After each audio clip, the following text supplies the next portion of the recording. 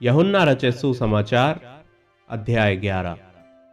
मरियम और उसकी बहन मार्था के गांव बैतनिय्याह का लाजर नामक एक मनुष्य बीमार था। ये वही मरियम थी जिसने प्रभु पर इत्र डालकर उसके पांव को अपने बालों से पोंछा था। इसी का भाई लाजर बीमार था, अतः उसकी बहनों ने उसे कहला भेजा, हे प्रभु, देख, जिससे तू प्रीति रखता है वह बीमार है। ये सुनकर यीशु ने कहा, यह बीमारी मृत्यु की नहीं, परंतु परमेश्वर की महिमा के लिए है, कि उसके द्वारा परमेश्वर के पुत्र की महिमा हो। यीशु मार्था और उसकी बहन और लाजर से प्रेम रखता था। फिर भी जब उसने सुना कि वह बीमार है, तो जिस स्थान पर वह था वहां 2 दिन और ठहर गया। इसके बाद उसने चेलों से कहा, आओ हम फिर यहूदिया को चलें। चेलों ने उससे कहा, हे रब्बी, अभी तो यहूदी तुझ पर पथराव करना चाहते थे, और क्या तू फिर भी वहीं जाता है? यीशु ने उत्तर दिया, क्या दिन के 12 घंटे नहीं होते?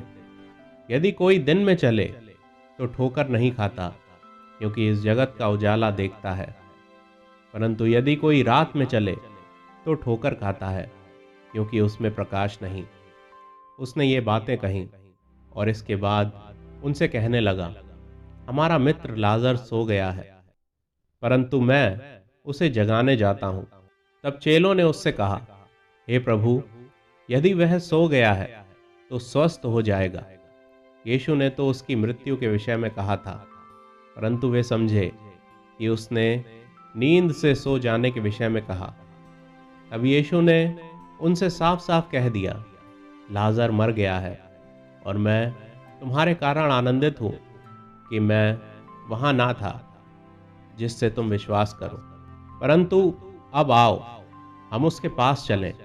तब थोमा ने, जो दिदमुस कहलाता है, अपने साथी चेलों से कहा, आओ हम भी उसके साथ मरने को चलें। वहां पहुंचने पर यीशु को यह मालूम हुआ कि लाजर को कब्र में रखे 4 दिन हो चुके हैं। बैतनिय्याह यरूशलेम के समीप कोई 2 मील की दूरी पर था। बहुत से यहूदी मार्था और मरियम के पास उनके भाई की मृत्यु पर शांति देने के लिए आए थे। जब मार्था ने यीशु के आने का समाचार सुना तो उससे भेंट करने को गई, परंतु मरियम घर में बैठी रही। मार्था ने यीशु से कहा, हे प्रभु, यदि तू यहाँ होता तो मेरा भाई कदापि न मरता। और अब भी मैं जानती हूँ कि जो कुछ तू परमेश्वर से मांगेगा परमेश्वर तुझे देगा। यीशु ने उससे कहा, तेरा भाई फिर जी उठेगा। मार्था ने उससे कहा, मैं जानती हूँ कि अंतिम दिन में पुनरुत्थान के समय वह जी उठेगा। यीशु ने उससे कहा, पुनरुत्थान और जीवन मैं ही हूँ।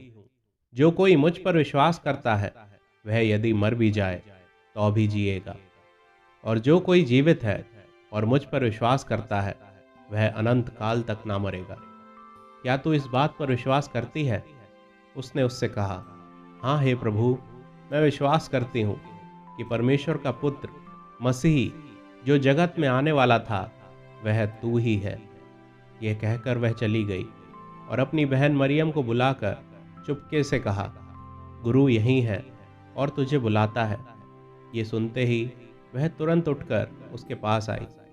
यीशु अभी गांव में नहीं पहुंचा था, परंतु उसी स्थान में था जहां मार्था ने उससे भेंट की थी। तब जो यहूदी उसके साथ घर में थे और उसे शांति दे रहे थे, ये देखकर कि मरियम तुरंत उठ के बाहर गई है, ये समझे कि वह कब्र पर रोने को जाती है, तो उसके पीछे हो लिए। जब मरियम वहां पहुंची जहां यीशु था, तो उसे देखते ही उसके पांव पर गिर पड़ी और कहा, हे प्रभु, यदि तू यहाँ होता तो मेरा भाई न मरता। जब यीशु ने उसको और उन यहूदियों को जो उसके साथ आए थे रोते हुए देखा, तो आत्मा में बहुत ही उदास और व्याकुल हुआ और कहा, तुमने उसे कहाँ रखा है? उन्होंने उससे कहा, हे प्रभु, चलकर देख ले। यीशु रोया। तब यहूदी कहने लगे, देखो, वह उससे कितना प्रेम रखता था। परंतु उनमें से कुछ ने कहा, क्या ये जिसने अंधे की आंखें खोली, ये भी ना कर सका कि ये मनुष्य ना मरता। यीशु मन में फिर बहुत ही उदास होकर कब्र पर आया। वह एक गुफा थी और एक पत्थर उस पर रखा था। यीशु ने कहा, पत्थर हटाओ। उस मरे हुए की बहन मार्था उससे कहने लगी, हे प्रभु, उसमें से अब तो दुर्गंध आती है, क्योंकि उसे मरे 4 दिन हो चुके हैं। यीशु ने उससे कहा, क्या मैंने तुझसे नहीं कहा था कि यदि तू विश्वास करेगी तो परमेश्वर की महिमा को देखेगी। तब उन्होंने उस पत्थर को हटाया। यीशु ने आंखें उठाकर कहा, हे पिता, मैं तेरा धन्यवाद करता हूँ कि तूने मेरी सुन ली है। मैं जानता था कि तू सदा मेरी सुनता है, परंतु जो भीड़ आसपास खड़ी है उनके कारण मैंने ये कहा, जिससे कि वे विश्वास करें कि तूने मुझे भेजा है। ये कहकर उसने बड़े शब्द से पुकारा, हे लाजर, निकल आ। जो मर गया था वह कफन से हाथ पांव बंधे हुए निकल आया और उसका मुंह अंगोछे से लिपटा हुआ था। यीशु ने उनसे कहा, उसे खोल दो और जाने दो। तब जो यहूदी मरियम के पास आए थे और उसका ये काम देखा था, उनमें से बहुतों ने उस पर विश्वास किया, परंतु उनमें से कुछ ने फरीसियों के पास जाकर यीशु के कामों का समाचार दिया। इस पर प्रधान याजकों और फरीसियों ने महासभा बुलाई और कहा, हम करते क्या हैं? ये मनुष्य तो बहुत चिन्ह दिखाता है। यदि हम उसे यूं ही छोड़ दें तो सब उस पर विश्वास ले आएंगे और रोमी आकर हमारी जगह और जाति दोनों पर अधिकार कर लेंगे। तब उनमें से कायफा नामक एक व्यक्ति ने, जो उस वर्ष का महायाजक था, उनसे कहा, तुम कुछ भी नहीं जानते और ना समझते हो कि तुम्हारे लिए ये भला है कि हमारे लोगों के लिए एक मनुष्य मरे और सारी जाति नष्ट ना हो। ये बात उसने अपनी ओर से ना कही, परंतु उस वर्ष का महायाजक होकर भविष्यवाणी की कि यीशु उस जाति के लिए मरेगा, और ना केवल उस जाति के लिए, वरन इसलिए भी कि परमेश्वर की तितर बितर संतानों को एक कर दे। अतः उसी दिन से वे उसे मार डालने का षड्यंत्र रचने लगे।